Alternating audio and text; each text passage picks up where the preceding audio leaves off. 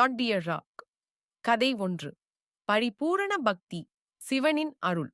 ஒரு காலத்தில் காஞ்சிபுரம் அருகிலுள்ள ஒரு கிராமத்தில் முத்து என்ற வண்ணவாட்டான் இருந்தான். அவன் மிக எளிமையான மனிதனாக இருந்தபோதும் மிகவும் பக்தி மனமுடையவராக இருந்தான். அவன் தன் வாழ்க்கையை இறைவனின் சேவையில் செலவிடும். எப்போதும் சிவபரம்பரையை வழிபட்டு தினமும் அந்த கோயிலுக்கு சென்று சிவனை வணங்குவான். ஒரு நாள் அவன் கோயிலுக்குச் சென்று சிவனுக்கு வழிபாடு செய்யும் போது ஒரு பெரிய ஆடிப்பாது வந்தது.